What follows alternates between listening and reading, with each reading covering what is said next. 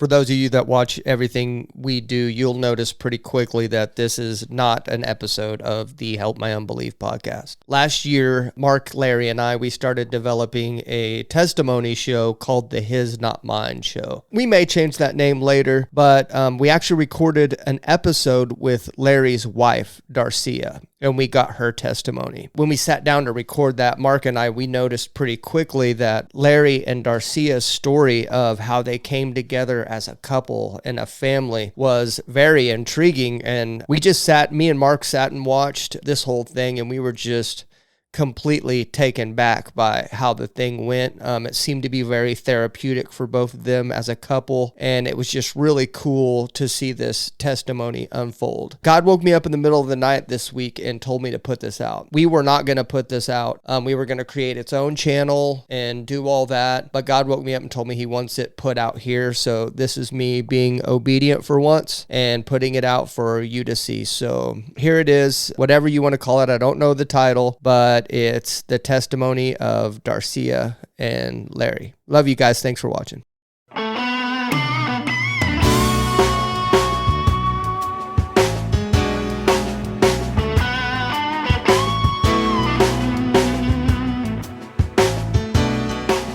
Hi, my name is Darcia, and my plan was meth, alcohol, cigarettes. His plan was restoration and joy. It's a child of God. I get the unique opportunity to interview my wife and get her full-on testimony about how she came to know the Lord. But first, we'd like to start with a little bit of background. So, Darcia, would you like to tell me about your childhood a little bit? I was raised by my dad. Okay. Where was your mom? She still lived around here, but just for reasons that I lived with my dad. Let's just, leave it at that. Okay, so single parent household, Yes. But it was mostly your father, right? So were you a believer in God? I knew there was a God, but I didn't really know who God was. So you knew of God, but you didn't know God? Right. Kind of thing? Right. Just kind of briefly give us an idea of Darcia before Darcia met me. Okay, so you're saying after I got out of high school? Is that what you're saying? Yeah. Okay, well, we can start from at the age of 18, I was a stripper for 3 years of my life. And from there, I went to school to be a nail tech. And so I was a nail tech for 15 years. Let's back up just a little bit. After your nightlife type lifestyle, what made you want to get out of that? Because I knew it wasn't right. Were you going to church at that time? No. Was you like the party lifestyle kind of thing? Yeah, but I wasn't a partier. I didn't drink. The worst thing I probably did was smoke cigarettes. Really? But I did not drink. I did not do drugs in any of that. So when did you start smoking cigarettes? 2 weeks before my sophomore year. So you were about 15? Yes. Wow. Okay. So then you kind of went on, and so the early 20s you decided to get out of stripping and you went to school to become a nail tech, right? Mm-hmm. And that was the chosen profession. Why did you choose that profession? Because it made a lot of money and it looked very easy. Was it? Yeah, it was. Because it looks like it'd be annoying It to was. me. So you got to sit there and talk to little ladies while you did their nails, and you listen to all their problems, kind of like a hairstylist and a barber and stuff like that, where you have to hear everything about them, right? Right. What happened after that? After nail tech? At what age did you get married the first time? 24. 24. Mm-hmm. And how long were you married? 15 years. 15 years. So did you and your husband go to church at all, or did y'all talk about church, or was it, did you have a desire to go to church? No, his mom wanted us to. Did y'all have children? No. Okay, let's specify that. You didn't have children, married for 15 years, but you did not go to church at all. Mm-hmm. And then the latter part, you started going to the bars? Mm-hmm. And you weren't drinking? No, like a beer, maybe. Why didn't you drink very often? Why didn't I? Mm-hmm. Because my mom was an alcoholic. So your mom was an alcoholic. Was that the reason that she wasn't in your life growing up? Yes. And did you have like a fear of that, or? No, I just didn't like it. I didn't like who she was whenever she drank. So. Because she was different. Yeah. Was she mean? Annoying. Annoying? Annoying. I can understand that. She was annoying. I can't understand that. We met in the bar. I mean, I'm not going to deny that. I saw you across the bar, and I had to get to know you. And I guess we'll be straight. I became friends with you and your husband, and you became friends with me and my wife. Your husband had a motorcycle that needed help wiring. He was building his own bike, right? And I still got to say, I don't understand why any man would build a motorcycle with a single seat and a rigid frame and expect his wife to ride a fender. Doesn't make any sense. Because I wasn't going to ride. I remember that the first time I came over to work on the bike, actually my wife had left on Thursday night and not returned. And that's all we'll say about that. but I remember you not really liking me much then. And we worked on the bike all day, and then I know that I hit the bar. I don't think y'all went. Y'all didn't go with me that night, did you? Probably not. Probably not. So, but we ended up hanging out together, and then we got the bike running. So we ran together all the time, and because I had a Road King and a nice seat, you sit behind me. From that point on, I think you rode on his bike once, right? Maybe. Yeah, no, you rode to Cousins once. I followed. I was not happy about that, yes. Okay. Yeah. But we started playing a lot of pool. And at what point did your life start the fast-paced type stuff? You mean how drugs and alcohol got into the mix? Yeah. Why don't you share with me a little bit of that? Well, let's see. So, a girl I worked with, I'll just be honest, but I won't name names, but a girl that I worked with, and she would come to the bar, and I saw her with what I thought was the most absolute nastiest drug that I could ever been made, was meth. And I was like, oh, let me try that, but I'm not going to smoke it. So just like, so I ate it, and it was just a speed. So I thought that, oh, well, that's not a big deal. It's like a pill. Have you ever done speed before? Yeah. And, in school, like White Crosses, the little ephedrine that you could buy at the gas station, that kind of stuff. But never drugs like, I might have tried Coke once or twice, but, Really? Yeah. You didn't let me know that. That's back when I was a stripper. I didn't know you then.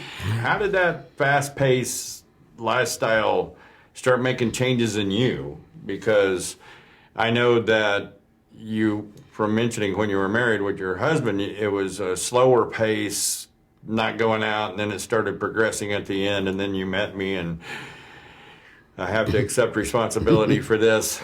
I drug you into a world that you weren't quite ready for. Because I remember the first time we went to a biker bar on a Wednesday night, even though your husband was still there, we were all running around together. You hooked your finger into my belt loop, and you would not go anywhere without being hooked to me. All right. And then... I was very sheltered. Very sheltered. You say very sheltered, but you're a stripper. I know, but that didn't seem, I don't know how to describe it. That was probably the most extravagant thing ever in my life. But I didn't do drugs and didn't party. Isn't that weird? I mean, that was just me. Kind of, sort of. But now, I do remember that when I met you, you were like a gym rat, big time. Yes. You were going like 4 or 5 hours a day, right? No, 2 hours in the You went morning. at 5 o'clock in the morning, and you didn't come home till 9 o'clock in the morning. Well, some of that was talking, but some of it was working out. So, but yeah, so that was had a regimen, 15 years of as long as I did nails, and that's when I was working out too. Not to mention your OCD. Yes, So yes. that regular schedule stuff helps Yeah. you out quite a bit. Yeah. And then you met You. me, who has no real structure or schedule or anything, right? Right. Just go with whatever's out there, right? And I know that we became pretty well known, I guess would be a good way of saying it, in the bike world. Your husband left you, and it didn't matter, to be honest with you. It didn't matter at all to either one of us. We weren't really hard into our relationship with each other, but we had become real good friends. And you cried on my shoulder, and I cried on yours a few times, right? Mm-hmm. But through that, we were still seeking the lifestyle of partying, the lifestyle of the bikers, or lifestyle of the bar, and that had progressed with your drug addiction. And how did you hide that from me? I don't know. I mean, everybody tried to tell you something's wrong with her. She's tweaking. Well, you were always pumped up when I met you, but that was was. before meth, Right. And your personality was on the go all the time. And then with my party lifestyle and the work schedule, because I was working 12-hour days, sometimes a little bit longer than that, and it was like you were always pumped up and ready to go to the bar. I was. Got to be there, got to be there, got to be there. I was, yeah. You and your friend ran around considerably. We had to move out of the house that you and your husband had, and we found a house that we currently own. Through that particular process, I know that I was extremely busy, so I didn't have time for the bills and stuff. We were running late on almost every bill we had. So how did that happen? Well, because I was buying meth with that money. So how did you keep that from me? Well, I don't know. If you're not in the checkbook, you wouldn't know that. I mean, how can you know something if you're not doing it? I know that every time I turned around and needed something, you would be like, yeah, we can't afford that. We can't afford that. We can't afford that. Well, because I knew what I needed. I remember even pawning some of my tools and stuff to pay bills, and still, it was never enough. And I knew that I wasn't drinking that much because, quite frankly, we took our own alcohol. How are you doing it behind my back without me knowing it? I'm not go in the bathroom, close the door. It's just like smoking a cigarette. I mean, It doesn't have a smell? no. I think actually one time you walked in the house, you said, "It smells like burnt cookies in here."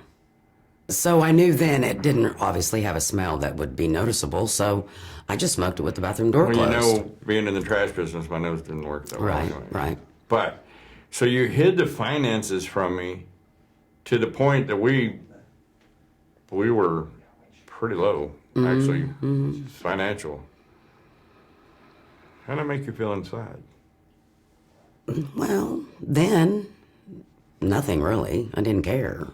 I didn't care until my relationship with my friend that always got me the meth and stuff. Our relationship was kind of going downhill because she was kind of going downhill. I don't know exactly where she went. I mean, honestly, but I do remember us being at the bar, and I had to tell you, I've been doing something behind your back. I remember having a lot of questions rise up in my head because, sweetheart, we moved into that house and you told me all kinds of crazy stuff. There were people outside. There was bugs climbing in everything to yes, where I had to pull the stuffing out of every pillow that was red. Yeah. If it had the color red in it, you were the, I'm going to tell you, if you weren't like the hottest chick I know, I probably would have thought you were completely insane. Because the stuff that you asked me to do made absolutely no sense to me. Okay, I kind of forgot about all that. Yeah, I did, yeah.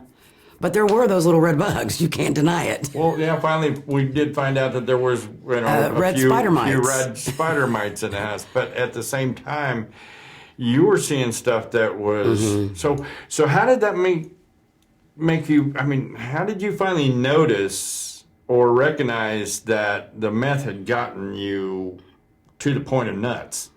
I mean, just crazy. Probably the time I was trying to drive home from somewhere, and I was like, I can't drive home. They're out there watching me. The cops are coming for me. The helicopter. Oh, gosh, I forgot about that. Yes, I couldn't drive home from Richards. I was like, I'm not going to be, it was down the street. I was like, I'm not going to be able to make it. Yeah, you were like 2 miles from the house, and I had to come get you that day, right? I think so. Yeah. And that was right before you lost that particular job, right? Yeah. Yeah. That was, there was a whole lot going on during that time frame that kept you completely crazy. Yeah, because I kind of quit going to work too. I mean, you might have thought I was at work, but you were gone. So I kind of quit going to work. I mean, I did a few clients, their nails, but I pretty much just stayed home all day smoking meth, looking out the window. Sorry. Your meth had made you completely nuts, and to offset the arguments that you and I had, the knockdown, drag-out fights, and I remember going to the thrift store and buying glass and telling the lady behind the counter that we were just buying more ammunition for the next fight because we're getting ready to go out on Friday night, and so Thursday we have to bone up on ammunition.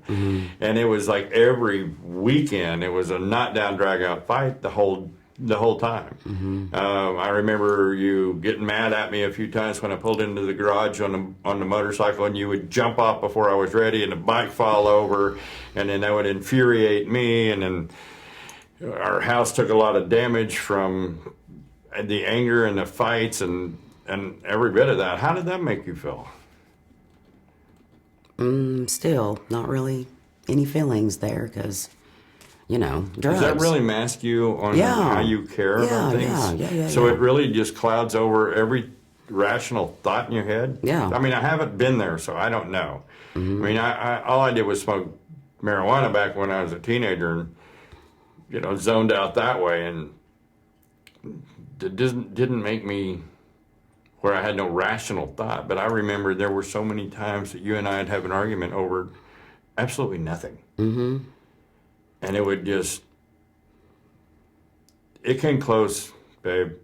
It came so close to me being done. I bet.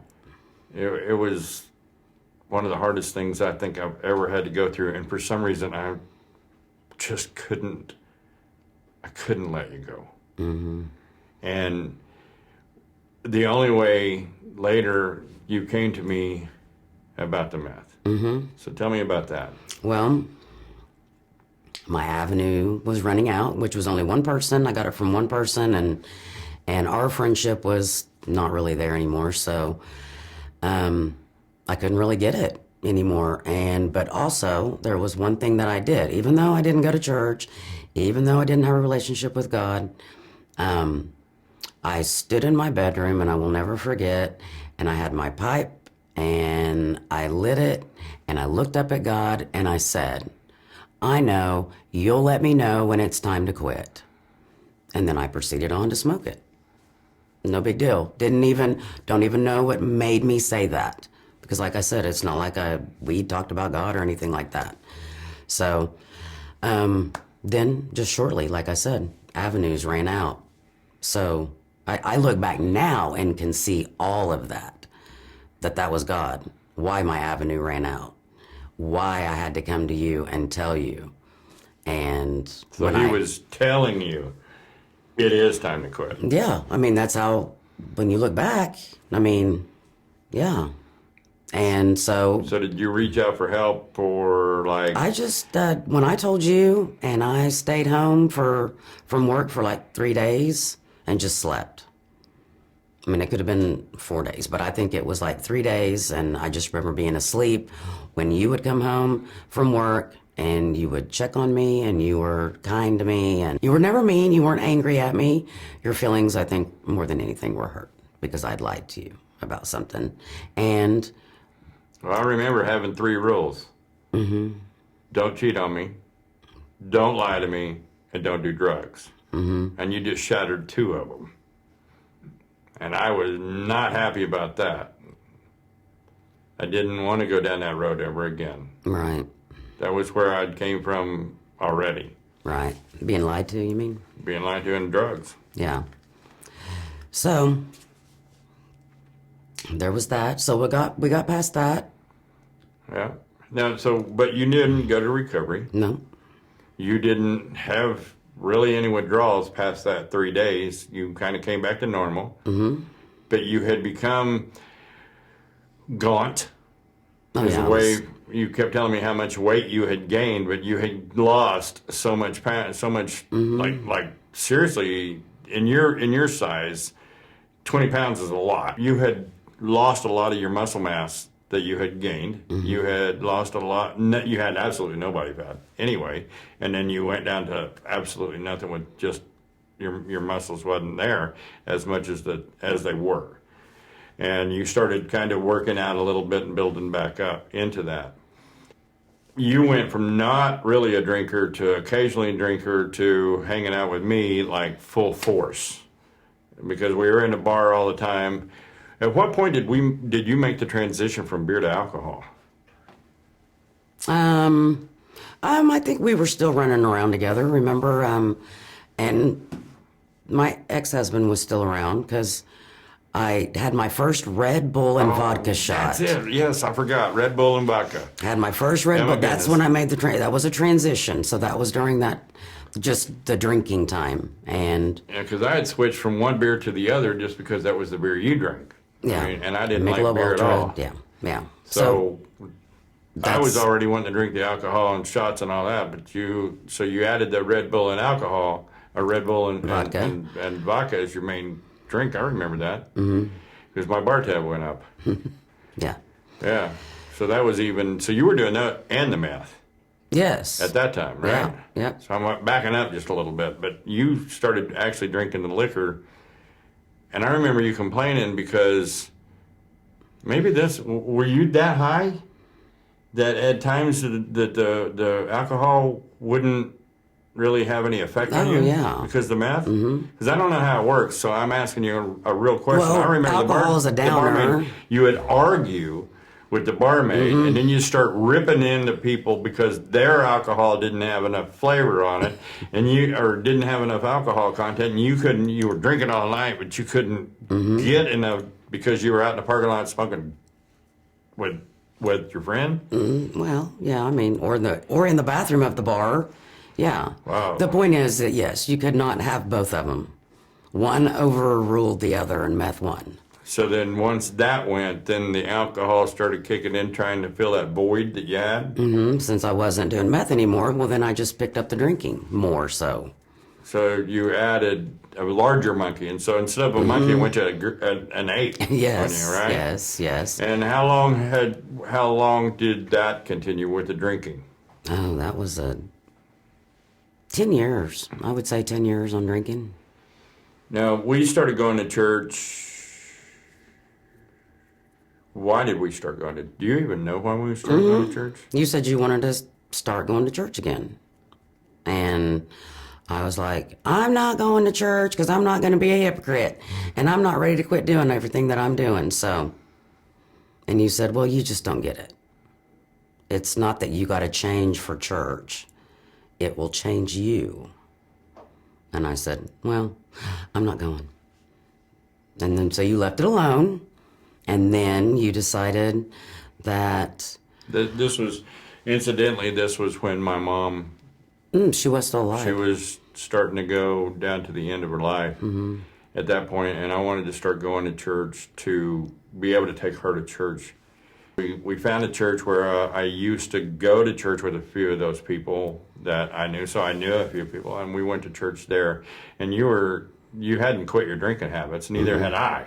Right. We were both still smoking cigarettes. We still both drinking beer, and you had already bypassed the meth, right? Yeah, okay. Meth was gone. Never picked it back up again. Never, nothing. I mean, that was gone. So we started going to church, and we took Mom a couple of times. I remember Mom being able to go a couple of times, but physically I had waited too long, actually. But I still had a call. I still knew that things had to change. I had become so aggravated with you on the intensity of stuff. Our fights they backed down a little bit, but it wasn't much. And just the disappointment that I have to come home and battle every day. After working my butt off, then I'd have to come home and battle. And half the time I'd have to make dinner if I wanted something to eat because you didn't even care if you ate. I remember those days that was aggravating. You didn't want really anything to do with my kids. I remember I begged my daughter to come back from South Carolina, and her whole family moved back. So I had some reason for being around other people. I remember that at the last couple of weeks of Mom's life, that my other daughter moved back from South Dakota as well, or no, North Dakota as well. And so I had all my grandkids together. I had all my daughters, because at that time we were still having a relationship with my youngest. So but the sad thing is that we were going to church, and then Danny asked me to come to that church that we go to currently. And it was a lot different. Where were you at that point? You were still drinking? Yeah. And I was still smoking then, wasn't I? Smoking cigarettes? When we first went to cigarettes, I'd already quit before we... So I quit when we were going to Passion, right? I think so. On smoking? I think so. So I started kind of making that train. Oh, yeah, because we were even in a small group. And the conflict that I had there was I was hearing Christians say it was okay to drink. As long as you don't let it control you. It's okay to smoke. As long as you don't let it control you. Well, nobody can smoke and control the smoking.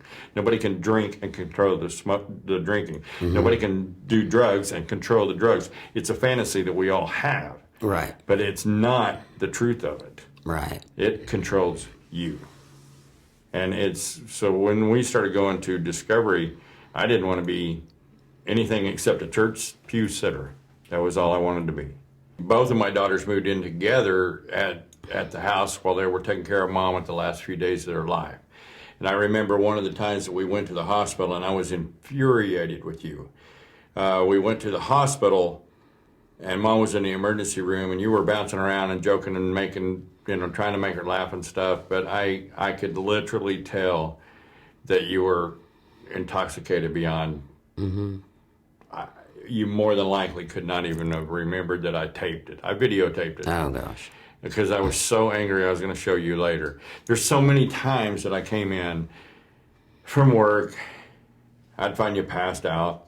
There was a couple of times when you passed out while the grandkids was there. And your drinking had gotten to the point that I didn't really realize how bad it had gotten. Because at the same time, I'm not Lily White, but I was starting to make the change. I was starting not to be happy in that lifestyle, and I was starting to dread coming home to you. Dread the next discussion that we would end up having inevitably. And I went to the men's steak dinner at church, and somebody mentioned a recovery class, and I said, so who's this? And the cool thing was, at the men's steak dinner on this one, they had all bike memorabilia all over all the tables and stuff, so it was like really cool. And then I met this dude named Michael, and he had a ponytail, and he looked like the biker, But he had a recovery class, and another one of the guys that went to the men's steak dinner was actually a biker that we had ran around with at the bars. And so both of us were talking to him about getting our wives into the class.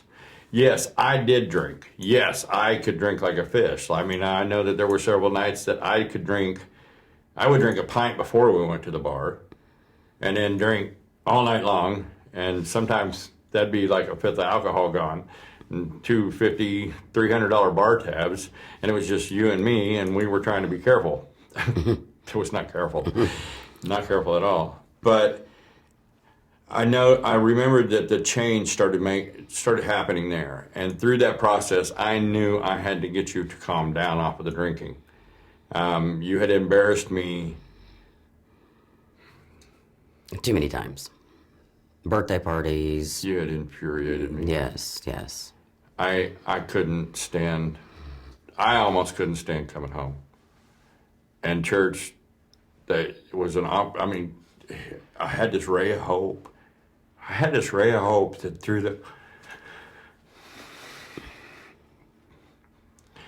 through Michael and Sherry's class, that things would change. Because I was so in love with you. And I hated you so much. I couldn't take it any longer. You were destroying my kids that I just finally got back into having time with.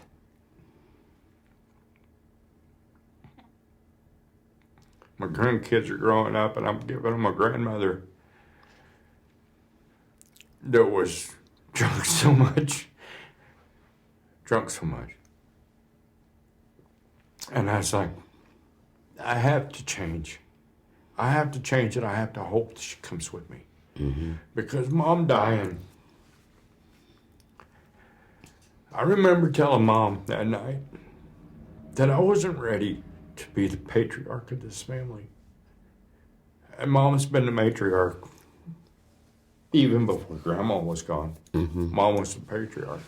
The matriarch. I didn't think I'd turn on the waterworks. I'm sorry. That's okay. But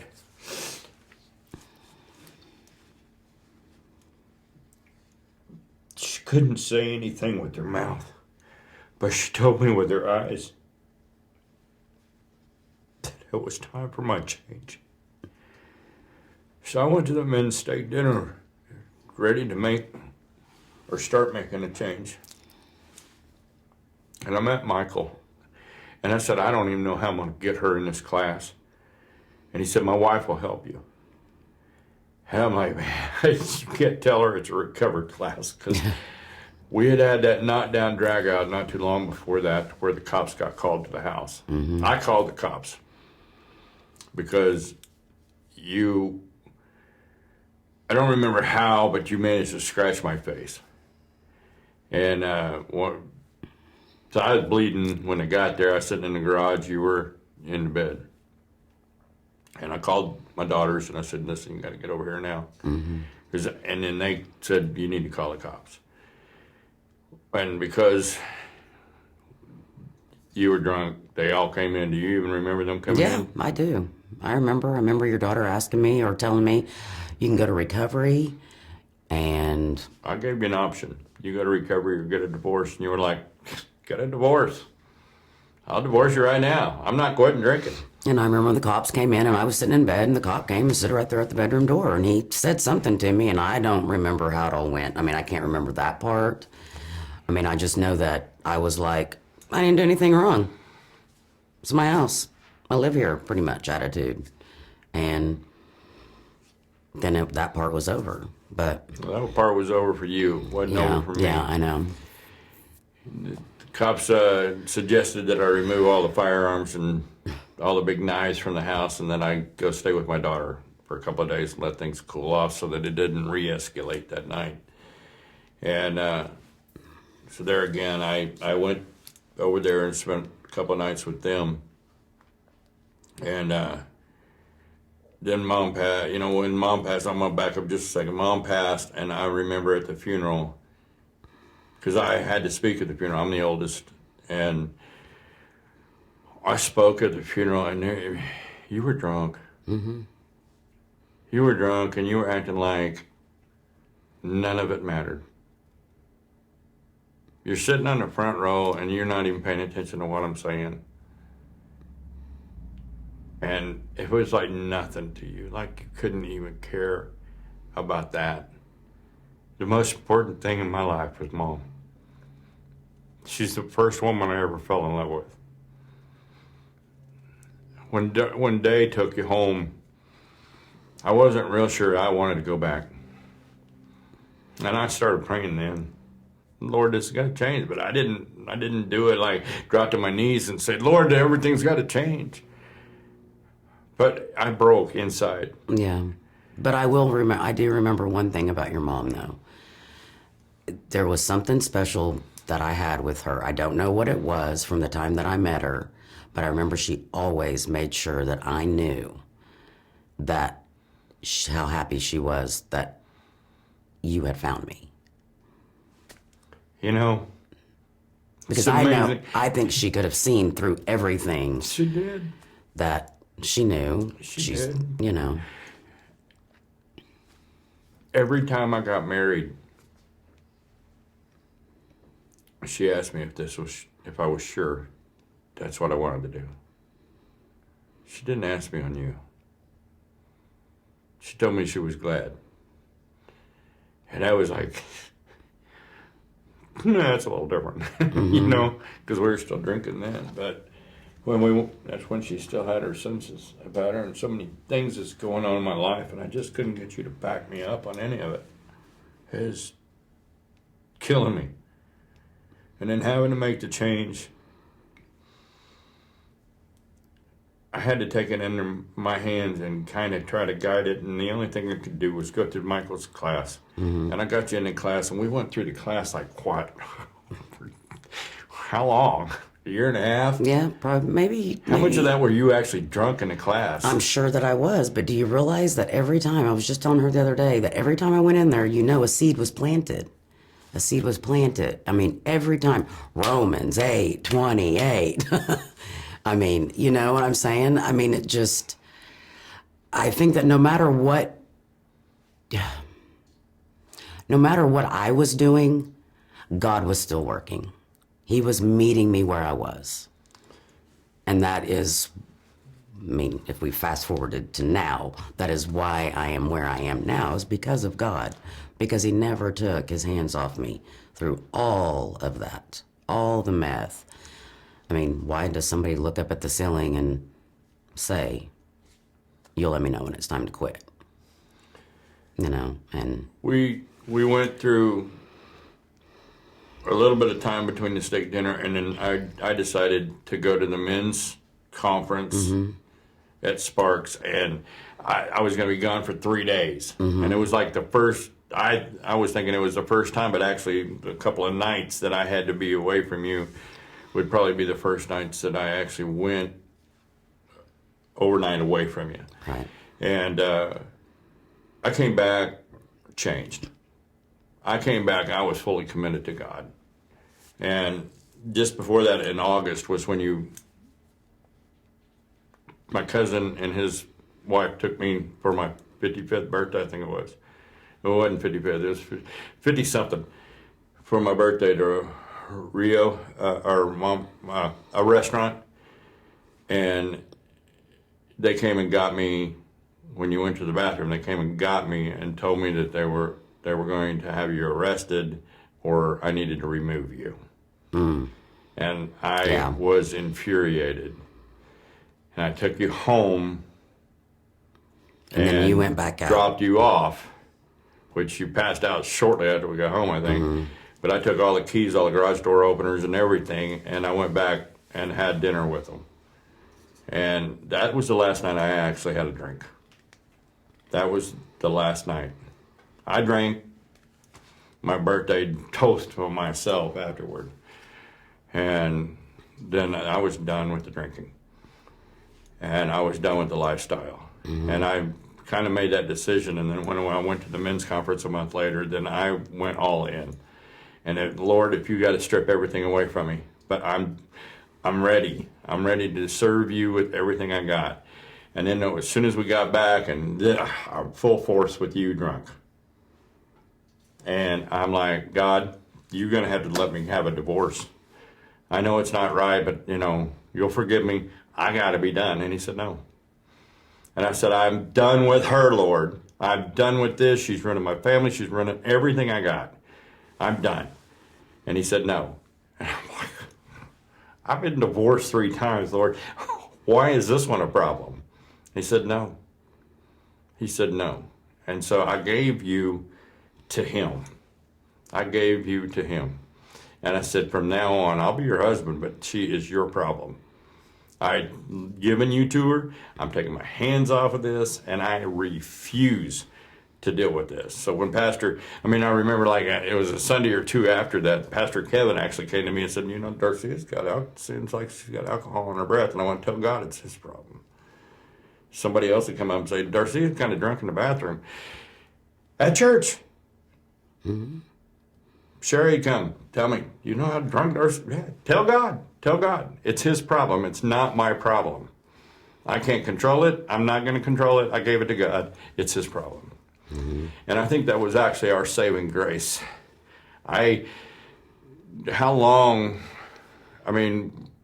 Through Michael and Sherry's class, and we even taught the class a few times when they were gone. Mm-hmm. And you were going to the class drunk off your butt. Mm-hmm. Running around with Sherry.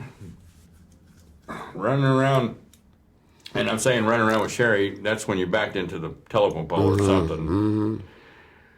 Saying you weren't drunk but driving. Mm-hmm. And I would question you over and over and over, and you weren't drunk, but you were driving. Yeah, no, you were drunk driving, and that was, I don't know how God kept his hand on you or saved you through any of that.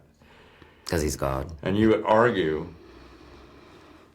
immensely with me through it. Mm-hmm.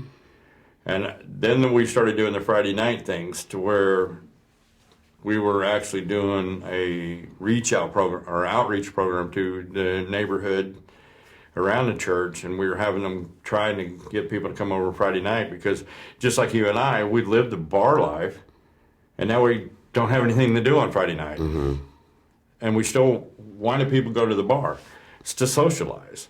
And we were missing that, so I'll be honest, that was a little bit selfish. I wanted somebody else to talk to other than my drunk wife. Mm-hmm. Because our conversations were always arguing, or you thinking you made sense, and you made absolutely no sense to me. Yeah. And you weren't even putting together sentences correctly. So through that, we started doing these Friday night things, and I remember having a knockdown drag out with you. It was one of the nights that I cooked something, and I was going to go, and it was a big to-do. We had a special guest speaker coming in,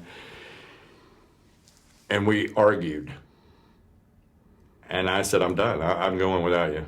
Mm-hmm. So I did incidentally take all the keys to every vehicle and all the garage door openers, so that you couldn't leave with somebody and come back without me realizing it. And so why don't you fill in what happened while I was there? Okay. Well, let's see. Well, I'll give you the date of that, March the 9th, 2018. And so from the time that you left me that night until I woke up the next day, I had no idea of what had happened until I passed by a mirror and I have a black eye. And I didn't know how I got a black eye. And I showed you, and you were like, oh my gosh, people at church are going to think I did this to you and all that. But, and you called Sherry, and I remember hearing Sherry over the speakerphone saying, if she does not stop drinking, like she was laughing because nobody was going to think you did that to me. But her words were, if she doesn't start drinking like that, she is going to kill herself. She is going to die. And it was then that made me start thinking, I got to stop drinking. But I didn't think I could. I don't know if I'm going to be able to, how am I going to act? I've drank for so long. I don't know how am I going to do it? How am I going to do life without alcohol? I really didn't know. But I remembered I did it without meth, so you probably could. So times before that, I had quit 30 days, 45 days. I forgot to put that in there, that there was a good 3 times that I'd quit for a stretch. And I was very proud of that. But on March the 11th, that was on a Sunday night in the small auditorium at church, it was like an altar call. And I remember, I got to be finished. I can't do this anymore. I got to surrender. I got to be with God. And so finally, I laid it all out to God. I surrender. And I was bawling and crying and squalling. And I remember one of the girls, Heather, that we weren't really friends, but just she was a fun person at church to talk to me, and she was leaving the auditorium, and she said, she tells me this later, but she comes over, she starts praying for me, and she's very stern in her words and the way that she's, I'm going to be honest, like casting out a demon is how she spoke. Yeah. And I so, remember. but I didn't understand all that kind of stuff. I just knew that I had surrendered alcohol to God. I didn't know what was about to change in my life. I had no idea. In a sense, a little bit, I felt like I was just going through the motions by the time I got home. I thought, I'll just be drinking tomorrow, I'm sure. I've still got some alcohol in my closet. And that next day, I can remember going into that closet. There was like this much in that bottle. I went, well, this is going to be it. I drank that, and which was half water, half alcohol, because in order to stretch out a big bottle, I would pour water into it after it got halfway through, so I'd still have a whole full bottle again, Anyway, it was pretty bad. But, Is that how you hid the drinking from me? Because Yes. I knew that the alcohol was there, but it's clear yes. on that. Now, I do recall coming across one of your bottles, and I thought it was water, and I just about choked on it because it was pretty much straight vodka, yet you had added tequila to it as well. Yeah, because vodka wasn't doing it anymore, so I did tequila and Vodka mixed, yeah. I don't know about anybody else, but neither one of those do I like. Therefore, just absolutely gross. Yeah. And that was that's how strong you were. Right. Yeah. So yes. When I'm saying an alcoholic, I'm talking alcohol, a lot of alcohol every day from the time I woke up to the time I went to bed. This wasn't just a weekend drinker. This was an everyday drinker. And And I never drank again. you never drank again. Never picked it up again. Never went to the store. So how long bought were you anything. actually hardcore with the alcohol controlling you? A good 10 years. A good 10 years. Yeah. And you quit drinking like that. Quit drinking like that. Okay. How can you do that? I don't know how I could do that because it wasn't me. That was God. That was God. That was literally God. Did you have to go through DTs or struggle, or did they give you counseling? No. Because quite frankly, the class wasn't really counseling on the class. It was just being able to kind of open up and learn a little bit about how things control us. And everything was Romans 8:28. Right. So, but you didn't have any kind of struggle. Because, I remember James, my son-in-law, saying how you were going to have the DTs, you were going to have the withdrawals, you were going to have the night sweats, you were going to be worse than you even were then. And yet, here just a few months later, God delivers you from it, and you have absolutely no after effects? How does that work? I don't know. And I didn't know anything prior to that, like, what am I going to go through from not drinking? Because I didn't go through anything other than a few days of sleep with meth. So I didn't know that there was going to be some kind of side effect because I had to quit, 30 days, 45 days on my own. And would want to drink, but I never did have any ill effects. But no, I had not one shake, not one tremor, not one nauseous feeling, not everything that I was supposed to have, I did not have, that people said, wow, I can't believe. So can you tell the difference between people who try to quit under their own power and people Yes. that are delivered? Yes. Quite frankly, delivered Yes. by God. Yes, because you wear a sort of freedom on you when you've been delivered. There's just it's like it was never there. I don't know how to, I would never deny that I ever did that. That's part of my walk with God. Well, let me ask you this. Do you think God can do that for anybody? Yes. Yes. So what does it take? I don't know. I think truly we've covered it. surrendered my Yes. heart. Say that again. I truly surrendered my heart to giving that. I had to come to the end of myself. You couldn't bring me to the end of myself. No. You couldn't threaten me with anything. No, I tried that. Yeah, no, you did. I tried that with everything. Yeah. So it's God allowing us to get to that point with ourselves. And He knows how much we can carry. He knows how far we have to go into that pit. Very much so. And He basically said, okay, she's ready. And He picked me up, and it was kind of like He dusted me off and said, no, go on. And I did. Matthew 6:33 became my main focus. Seek God first. And all these things will be added to you. And I wasn't worried about anything except one thing. And I just wanted my wife. God, you aren't going to let me get rid of my wife. So I need my wife to be a wife. I need my wife to be somebody I'm proud of, and somebody that I can love with all my heart, and that I'm not hurt by. And I remember every morning, man. Every morning. I didn't come home till 9 o'clock. And then when I got the job selling the insurance and I passed the test and I gave testimony, I passed that test because I prayed over every question. I couldn't remember any of the answers. And I prayed over every question. And through that, it was like, you came about and did the change, and you came to the Lord. I'm bouncing off the walls. I'm so happy. I couldn't even express myself how happy I was that God had delivered you from that. And that's deliverance. Mm-hmm. And then through that process, I watched you grow.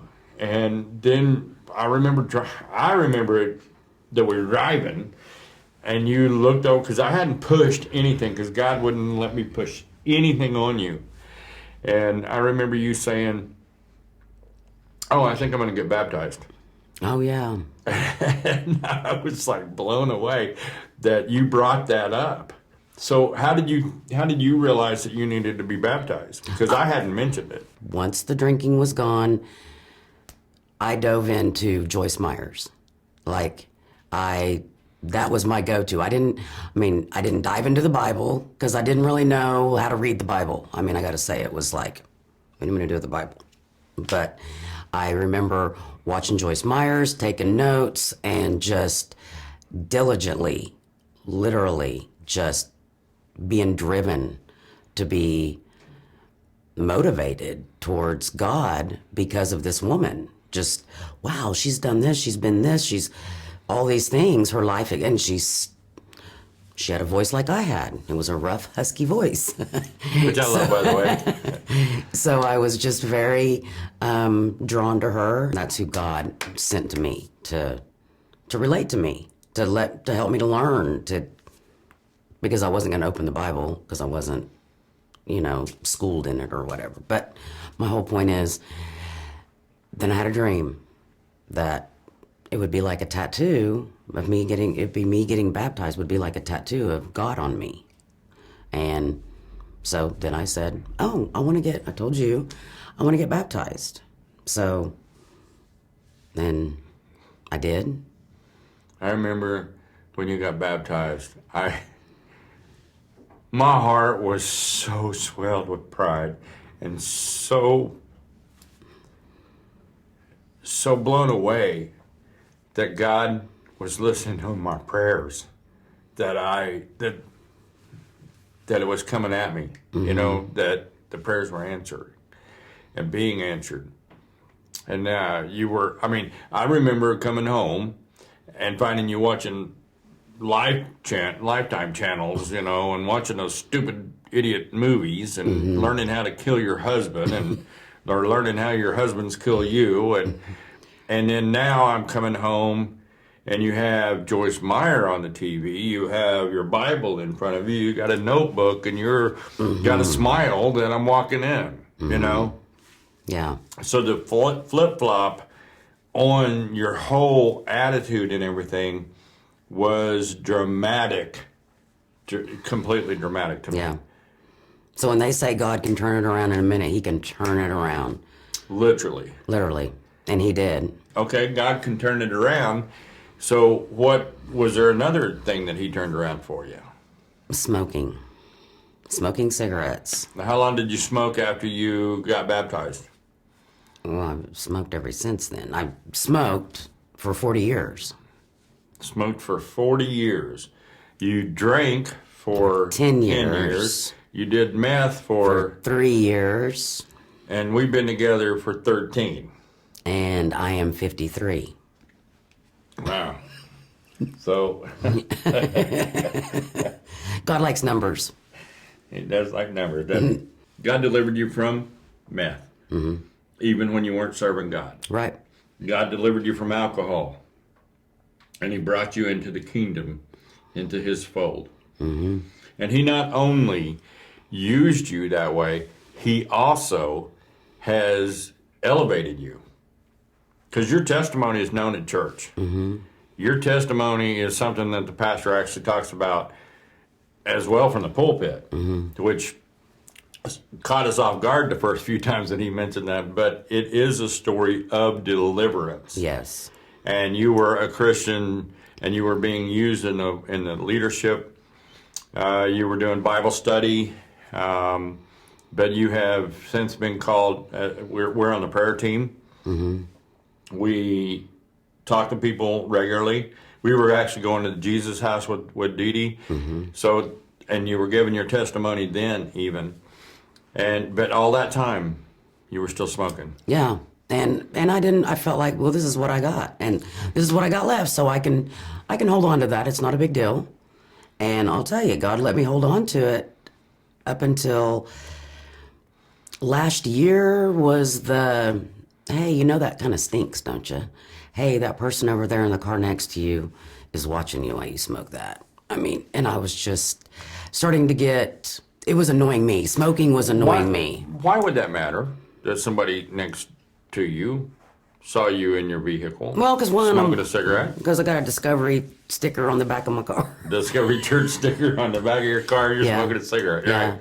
So, what God was pointing out to you was that not only our words, not only that we go to church, not only that we live according to the principles that He has set, but that our actions are seen by others, and that we need to be completely walking in the life of following after Christ, not only in the church, but outside the church. Right. And everything that we say or do affects others, right? Right. I smoked for 35 years, and you smoked for 40 years. I can say God delivered me on my cigarettes completely because He told me to quit smoking before I'd even started going to church, and I did. And I have not had ever a desire to smoke a cigarette, even though you still smoked at the house. Right. You smoked in the truck. You smoked in the car. You know. So God delivered me completely from any desire, and then 5 years later, after you gave your heart to the Lord, He says, "One more time, Darcia." Yeah, well, you just started knocking. Just knocking on the door saying, okay, it's time to get rid of this, which was, I look back now and go, every one of those things was a crutch. Every one of those things was something trying to fill that space that He's left open that's really only for Him. And I was filling it with, hey, that didn't work. Or, that didn't work. I mean, nothing ever worked. And I was holding on to cigarettes literally as a crutch, though. And my vision was, okay, Lord, I don't want to surrender them. I mean, I was honest. I don't want to quit smoking. I like to smoke, but I need you to take the desire away. And so our church started a prayer and fasting on January the 9th, and I decided I'm going to get on board with this. And so my fast was getting up an hour earlier than I always do, which I get up at 4:15, so I got up at 3:15, 3:30, spend those first waking moments with God, and this is for this desire to go away, Lord. And by January the 15th, we're there in our revival night, and the same girl that spoke over me, Heather Murphy. So the same woman that talked to you about the alcohol when we didn't know her, Right. But now we know that she gets used by the Lord Yes. a lot. Yes. And yes. she came as a messenger again and to said, me, turned to me while we're in revival and said, "Girl, you're loosened from those cigarettes." And I said, "What?" And she goes, "You're loosed. You're loose from those cigarettes." And I was thinking, not everybody here knows I smoke, but okay. But she spoke it, and all I could think about was, no, I don't want to. Not yet. I just bought 4 packs. I had just stopped after morning church and bought 4 packs of cigarettes. And so she knew how I was feeling. You know, did the Lord actually tell you not to buy those? did he tell me not to? Did he say, hey, you might not want to buy those? He did try to say, maybe you should stop after, like, tonight church. Like, why don't you stop after tonight, after church tonight, instead of this morning church? I don't know why the Lord just told me to ask you that. Seriously, he did. He really did. He did. Because I was going to say, I don't think I told you that. I did not tell you that. No, I just felt the prompting in my heart to ask you that question because, I know you wouldn't have stopped anywhere after church. That's at why. night on your way home. That's why. But I know that when Heather told you that, you came, because I was greeting, and so you came back to the door and told me, or the backside of the church as people were walking out, and I was doing the exit greet, and you told me. Mm-hmm. And I remember I did a what? A hallelujah. Did I do it quietly? No. I yelled hallelujah at the top of my lungs in our church, right? Mm-hmm. Which I'm kind of known for now. But it was such a relief because I was calling it deliverance, but I want to back up to what you said. Heather said what? I was loosened. Okay, so what's the difference? Loosed. What's the difference between loosed and delivered? Well, I didn't realize it until I have had to walk through it. Is I still had a part, basically. I was loosened. I have loosened them from you. Now you have to walk it out. Because I didn't have to with alcohol. And I didn't have to with meth. But cigarettes, to me, when I kept asking for him to please, Lord, you know I hate smoking. I can't stand to smoke. When I'd be sitting there smoking, why don't you just take them away like you did alcohol and meth? Come on. And I went, he's not going to do it the same way. He's just not going to do it. But how's he going to do it? And the way he did it was how he did it. And I thought, is it real? Did she really?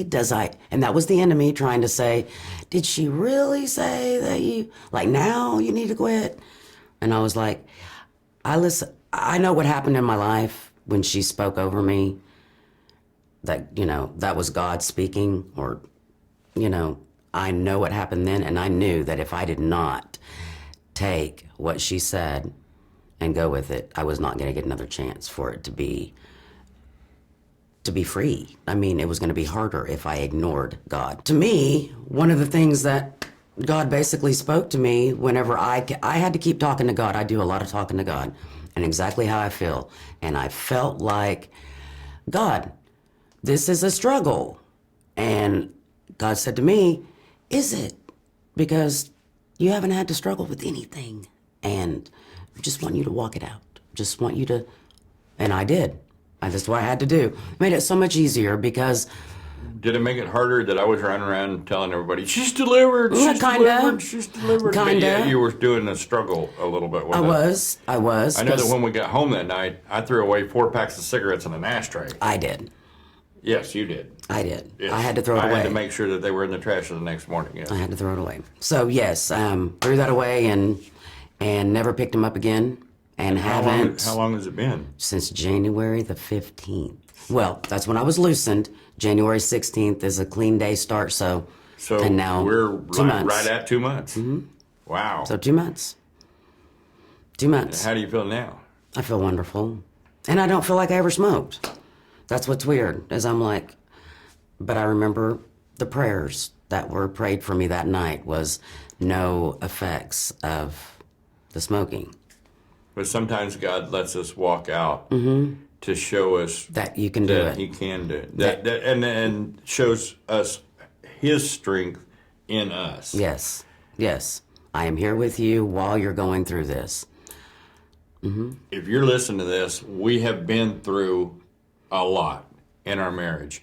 And one of the things that I keep standing on is that Matthew 6:33 is one of the things is peace. And that's the biggest change in our marriage. We not only have more love for each other now than we ever have in our life, that I'm so proud of you. I'm going to get emotional again. I am so proud of you. The changes that you have made to go from walking into the walk with the Lord in such an intensity that you are an inspiration to me. And everything that we do in our life, you have been strong. You have given me the verses sometimes that I need for the day. And peace. Peace is the biggest thing that I know that God has given to you and I. And with you, what is the biggest change that you feel that has happened in our marriage? Well, that I'm that better wife that you prayed for.